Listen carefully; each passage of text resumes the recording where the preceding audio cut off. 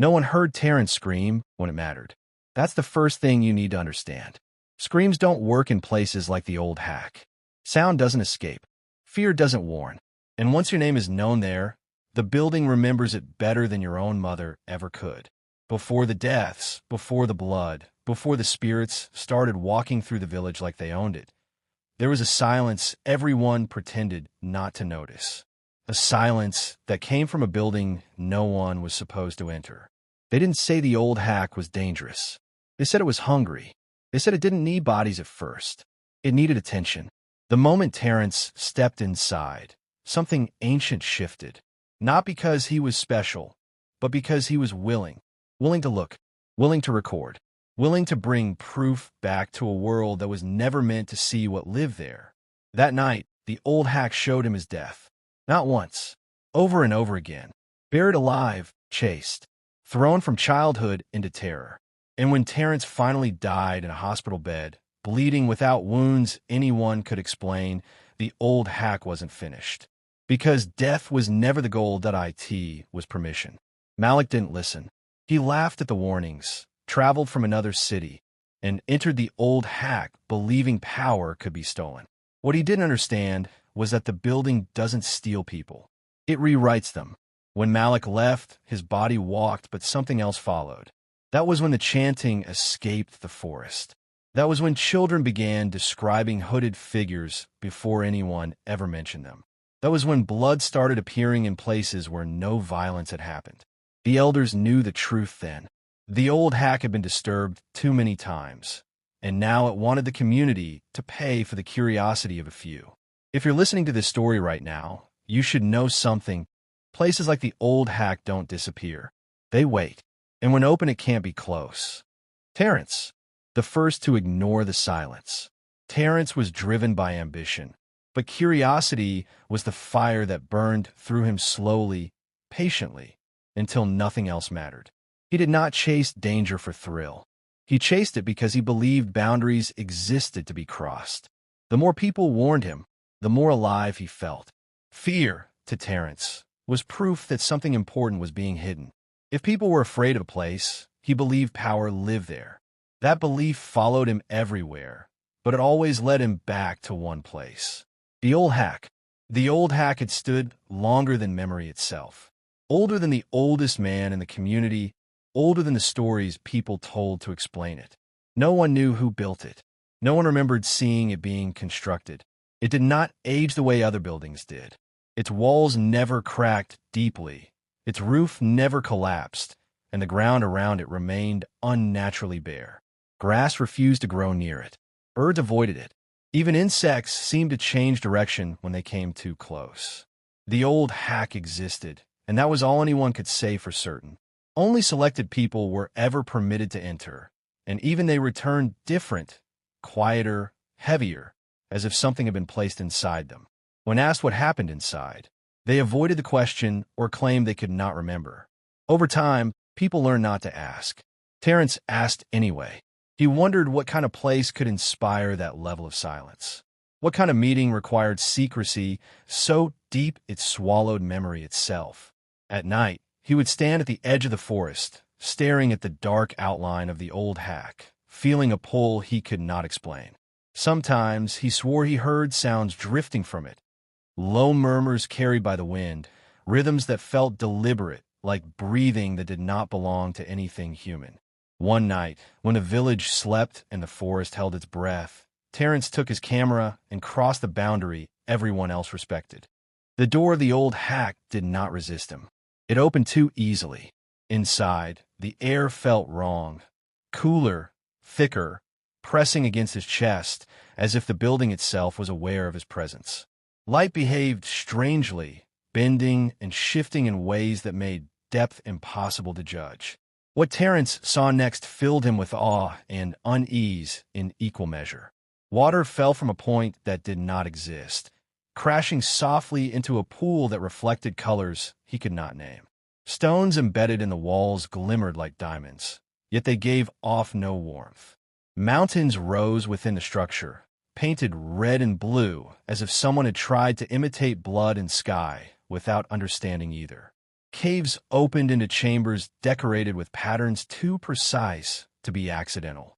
Tables were laid with food, fresh, untouched, still steaming. But no one ate. Terrance raised his camera, his hands trembling as he recorded everything, convinced he had discovered something the world needed to see. The Old Hac felt less like a building and more like a separate reality folded into the earth. Then he heard voices. They were low at first, indistinct, layered on top of each other like whispers spoken from inside the walls. Terrance's excitement curdled into fear. He ducked behind a stone pillar as shadows passed through the chamber. Their shapes were wrong, stretched, incomplete, moving as if guided by something other than muscle and bone. When the voices grew closer, fear finally overpowered curiosity. Terrance ran. He did not stop until he was far from the Old Hac, his lungs burning, his heart pounding with a mixture of terror and triumph. He had seen it. He had entered. He had survived. At home, fear faded into excitement. He rushed to review the footage, desperate to relive what he had witnessed. His camera battery was dead. Annoyed, he plugged it in and waited. When the camera powered on, his excitement drained away. Every picture was gone. Every video erased. The memory card was empty, as if it had never been used. Terrance told himself it was a malfunction, a virus, a technical error. But deep down, a quiet dread settled into him. It felt deliberate, personal. That night, sleep did not come easily. When it did, it came with visions. Terrance found himself standing barefoot in a forest under a sky with no stars. Hooded figures surrounded him in a perfect circle, chanting words that scraped against his mind. Blood streamed from their eyes, not dripping, but flowing steadily as if their tears were wounds. He screamed for help, but the forest swallowed his voice. In the next moment, he was standing in the middle of a road. A large van appeared in the distance, its headlights locking onto him. No matter where he ran, it followed, gaining speed, closing the distance. Panic crushed his chest as he realized there was nowhere left to go. Then he was a child again, sitting on a swing. Laughter filled the air as someone pushed him gently from behind. He smiled until the pushing grew harder, higher, faster. The laughter twisted into something cruel. The person behind him stopped laughing altogether. Terrance screamed as the ground rushed away beneath him. He woke inside a casket. The air was gone. Wood pressed against his hands, his face, his chest. He screamed until his throat burned, until his nails tore, until chanting filled the darkness around him. When Terrance returned to the Old Hac, he did not go out of curiosity. He went because the dreams would not stop. He walked straight into a gathering. Men stood where men should not have been able to stand.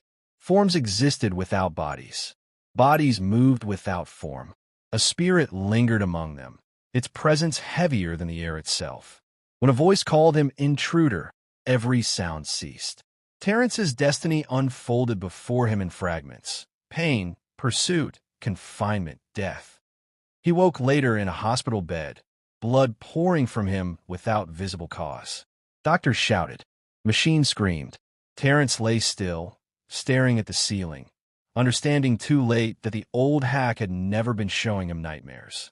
It had been rehearsing his death. Terrance did not scream. He did not fight. He simply died.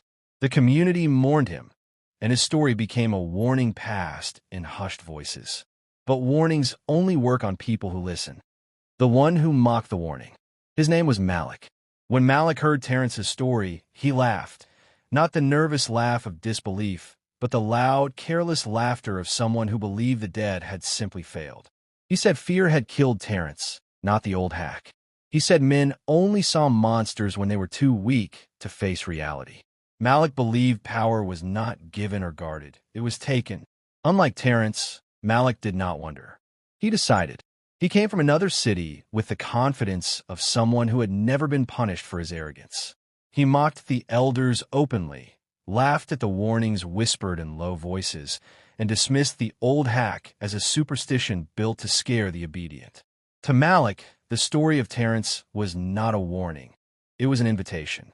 When Malik entered the Old Hac, the place did not pretend to be beautiful. The air was thick and sour, heavy with a smell that reminded him of rust and old blood.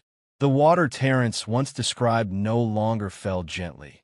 It sat still, black as oil, reflecting nothing. The stones that once shone like diamonds were dull and cracked, as if drained of life. The food on the tables had rotted where it lay, crawling with things that scattered when Malik stepped closer. The walls moved, not visibly at first, just enough to make Malik blink and question his eyes. Then he felt it, a slow, steady rise and fall like a chest breathing. The Old Hac was alive. Malik swallowed and forced a smile. "Is this it?" he said aloud. "This is what killed him." The spirits answered by stepping into view. They did not rush him. They did not chase him. They simply appeared, surrounding him without urgency, as if they had all the time in the world. Their forms were incomplete, faces without eyes, bodies without edges, shadows that did not match the shapes casting them. They did not show Malik his death. They showed him himself. The floor softened beneath his feet, pulling him down inch by inch. Malik tried to lift his legs, but they felt heavier with every breath, as if the ground had decided to claim him. Invisible hands wrapped around his arms, stretching them outward. He heard the wet crack of bone long before the pain reached his mind. He screamed, but the scream never left his chest. Instead, voices poured into his head, quiet at first, then louder, sharper, overlapping. They spoke his secrets, his lies, every cruel thought he had ever hidden behind confidence. They replayed moments he had buried, twisting them until his pride turned into shame so deep it made him nauseous. Malik begged, not for mercy, but for silence. His mouth filled with blood, warm, metallic. He choked on his own voice as the spirits leaned closer, studying him, tasting his fear. One of them pressed something into his skin. The symbol burned deep enough that Malik felt it carve into his bones. Then everything stopped. The pressure vanished. The voices fell silent. The Old Hac released him. They let him leave. That was the torture. Malik ran from the Old Hac and did not look back. He fled to another city, convinced distance would protect him. But the Old Hac did not exist in one place anymore. It existed in him. In the city, Malik began noticing things that made his breath catch in his throat. Hooded figures appeared in reflections, store windows, car mirrors, dark screens. When he turned around, they were gone. In traffic, he heard chanting beneath the sound of engines, matching the rhythm of his heartbeat. At night, sleep became impossible. When Malik closed his eyes, hands touched him, not in dreams, on his skin. He woke screaming, clawing at his body, finding fresh scratches, burns, and symbols carved into his flesh. Some bled, some glowed faintly in the dark. He stopped going outside, stopped answering his phone, stopped trusting mirrors. His arrogance shattered into terror. Malik began to pray, words he barely believed in, whispered through tears. He begged the spirits to leave him alone. He promised never to return. He promised silence. They answered by knocking, slow, heavy, from inside his walls. Neighbors later said they heard him screaming one night, screaming in a way that didn't sound human, begging someone to see what he was seeing, begging someone to believe him. Then the screaming stopped. Malik did not die. He vanished. And after that, the spirits were no longer satisfied. When the spirits turned on the living, the community began to crumble. It started subtly, almost imperceptibly. At first, it was the dreams. People who had never even approached the Old Hac began seeing the same visions Terrance and Malik had endured. Children awoke screaming, pointing at empty corners, whispering about hooded figures standing just behind them, watching, waiting. Mothers and fathers felt cold hands press against their faces in the middle of the night. Animals, dogs, cats, even livestock, died suddenly, their bodies twisted unnaturally, sometimes bleeding from eyes or mouths with no injuries at all. Blood appeared on thresholds, floors, and doorsteps, forming symbols the villagers could not understand, symbols that glimmered faintly under moonlight. The spirits were angry. This anger was not sudden. It had stages. Stage 1, observation. The spirits watched first. They didn't strike immediately. They drifted at the edges of vision, shapes half seen in mirrors, shadows that moved against the natural light. Whispers echoed through the streets at night, faint but distinct, repeating names of those who had entered or dared mock the Old Hac. The villagers felt eyes on their backs, their hearts racing in silent panic. It was a quiet terror, the type that gnaws at your sanity without leaving visible marks. Stage 2. Intimidation. Then came the intimidation. Doors slammed without wind. Windows cracked in patterns like fingers. Children stopped speaking, staring at walls as if someone, or something, stood there. Sleep became impossible. Even when they tried, they felt themselves being pulled, tugged by invisible hands, their limbs heavy with cold pressure. Animals would shriek at nothing, and the air itself seemed alive, breathing, shifting, pressing on the chest like a living weight. Stage 3. Direct punishment. Those who could not flee faced the direct punishment. People collapsed in streets, their eyes bleeding uncontrollably. Others walked into the forest and vanished entirely, leaving behind only echoes of their screams that seemed to linger in the trees.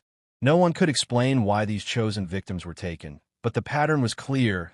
The Old Hac demanded repayment for every transgression, for every act of curiosity, every scoff at the warnings. Stage 4. Wrath unleashed. Finally, the wrath. The spirits no longer limited themselves to the dream world or the forest. At night, chanting filled the village streets, louder than ever before. It vibrated through the ground and the bones of the villagers. Shadows moved independently, stretching, twisting, and reaching into homes. Roofs groaned under invisible weight. People woke to find the marks of the spirits pressed into their skin, symbols carved or burned, sometimes forming themselves spontaneously overnight. Some woke to find objects in their homes rearranged into grotesque patterns. Others awoke to the unmistakable sensation of being pinned to their beds, unable to move while invisible fingers dragged across their faces, chest, and throat. The danger was everywhere. No one could escape. The streets were haunted by forms only half real, figures that moved faster than the eye could track, shapes that disappeared the moment anyone tried to confront them. Even the air felt heavy, as if thickened by the collective rage of spirits long bound to the Old Hac. People who tried to flee the village found themselves walking in circles, unable to leave, seeing the same trees, the same shadows, the same faint shapes of the hooded figures no matter which way they turned. The Old Hac had been disturbed too many times. It demanded payment, and the spirits made it clear payment would not come in a single life, a single victim, or even a single night. It was a toll measured in suffering, fear, and chaos. The village began to burn from the inside, not with fire, but with madness. Families were torn apart as whispers of betrayal, jealousy, and paranoia grew louder than the chanting. Eyes turned to neighbors with suspicion. Friends abandoned friends. Children refused to sleep. Even the elders, those who had once kept secrets and offered prayers, felt their strength failing. Blood had to answer for blood. Every soul touched by the Old Hac, or anyone who mocked it, would pay. The spirit's anger was no longer subtle. It was now visible. In one corner of the village, a man's shadow lifted from the ground and walked ahead of him, gesturing, calling him forward. He screamed, but the shadow moved faster than his steps, pulling him away from home. By morning, only his footprints remained, deep, twisted, impossible. At the river, a woman went to fetch water. The current rose unnaturally, pulling her in before she could react. Her cries echoed in the village as the water appeared calm again, with no trace of struggle, only the faint stain of red that washed slowly downstream. And all the while, the chanting grew louder, as if the Old Hac itself were moving closer, no longer content to remain at the edge of the forest. The spirits were no longer contained. They had tasted violation. They had tasted arrogance. And now, nothing, no wall, no door, no fence would stop them. By the time the elders realized the full scale of the horror, it was almost too late. The village had become a hollow shell of itself. Houses stood empty, doors hanging open, windows shattered. The screams at night never ceased. Families had been torn apart, children missing, parents gone, siblings vanished. Those who remained wandered like ghosts, their eyes hollow, their voices hoarse from shouting at things no one else could see. Even the animals had long disappeared. The silence of the living was now broken only by chanting that came from the direction of the Old Hac. The elders knew that fear alone would no longer protect the people. The Old Hac had been disturbed too many times. Arrogance had been rewarded with chaos. Curiosity had been punished with suffering, and the spirits hungered for more. It was time for blood. They gathered at the edge of the forest, at the threshold of the Old Hac. They carried offerings, ancient symbols, and a list of names: Terrance, Malik, the missing children, and all who had been touched by the building's wrath. The wind carried the scent of decay, of smoke, and of wet soil. The Old Hac loomed ahead, silent and immovable, its walls darker than the night sky, as if swallowing the very stars. No one dared enter, not even the bravest. The elders chanted, their voices trembling but unwavering, calling upon the gods of balance, the spirits who had once protected the land, the deities who demanded respect. They begged for restoration, for mercy, for a chance to end the nightmare that had consumed their people. But the gods answered not with comfort, but with necessity. Lightning split the sky. The ground shook beneath their feet. Shadows stretched unnaturally from the trees and wrapped around the villagers, crushing them with cold, invisible fingers. The chanting of the spirits from the Old Hac grew louder, echoing in every corner, in every heartbeat, in every breath. The elders made the final choice, a sacrifice to seal the Old Hac forever. It was not a single person, not one life spared for glory. It was a collective offering, the people themselves. The names inscribed in the sacred symbols burned into the ground, and as each name was spoken aloud, a soul was claimed. Terrance, Malik, the missing children, their families, even those who had survived the first wave of terror. They were called forth, their bodies lifted by invisible hands, their screams filling the sky, blending with the chants of the elders, blending with the unholy song of the Old Hac. The villagers who remained watched helplessly. They could not run, could not intervene, could not close their eyes. Their hearts broke with every scream, their minds shattered with every wail that pierced the air. Mothers clutched empty arms. Fathers fell to their knees. Strangers wept over the bodies of neighbors, friends, and family. There was no hope, no escape, no happy ending. The sky blackened completely. Rain fell like shards of glass. Lightning struck the trees and the ground, scorching anyone who tried to step forward. The chanting reached a crescendo, and the Old Hac groaned as if alive, shivering in the fury of the gods. Then, finally, a silence that burned through the ears fell. The Old Hac had been sealed, its doors fused with stone, its windows shattered into darkness. The forest grew thick around it, swallowing it completely. Even shadows refused to touch it. No one could enter. No one could see beyond the walls. It stood there, silent, eternal, a reminder of what had been lost. But the cost was unbearable. The village was empty. Those who remained wandered in a haze, their souls fractured by the screams they could not forget. The children who had survived would never smile again. Parents who had lost everything stared into nothing, speaking to the air as if the people they loved were still there. Even the elders, who had orchestrated the ritual, fell to their knees in despair, knowing the price they had paid was greater than any human mind could bear. The Old Hac had been silenced, but nothing was restored. No laughter returned. No animals came back. No warmth returned to the hearts of those who had survived. The gods had demanded balance, and balance had been paid in lives, in blood, in the destruction of families, of love, of hope itself. And in the stillness that followed, the village realized the truth. Some places do not forgive. Some places do not forget. And some places demand a price so high that no human life can ever repay it. The Old Hac waits still, hidden in the forest, untouched, unyielding, eternal. And those who survived, they weep, because there is no way forward, no tomorrow, no solace. only the memory of what was lost, only the knowledge that some doors, once opened, can never be closed again. Long after the village had fallen silent, after the screams had faded and the tears of the survivors had dried into hollow, haunted eyes, word of the Old Hac traveled beyond the forests, beyond the borders of the land. A foreigner came. His name was not important. What mattered was the greed in his heart. He had heard whispers of treasure, gold, jewels, riches beyond imagination, hidden in the Old Hac. He did not believe in curses. He did not care about warnings. To him, the Old Hac was merely a map to wealth, a place to exploit, a secret to steal. He entered the forest at dawn, carrying tools, lamps, and confidence. He laughed at the stories the locals had told, mocking the invisible horrors that were said to haunt the trees and the shadows. The forest swallowed him quickly. The wind carried a chill he could not name.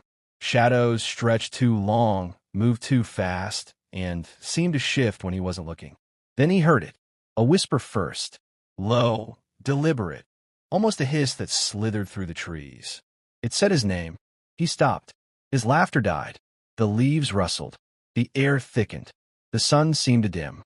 And then he saw them, figures emerging from the darkness, hooded, countless, surrounding him without sound. He froze, feeling the weight of every life the Old Hac had taken pressing down on him. His greed turned into terror. His heartbeat slammed against his chest like a drum warning of a storm.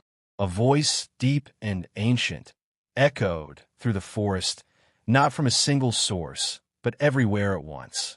You should not have come. And then he realized he was not alone. The forest held him. The shadows watched, and the spirits waited. Before he could move, before he could think, before he could run,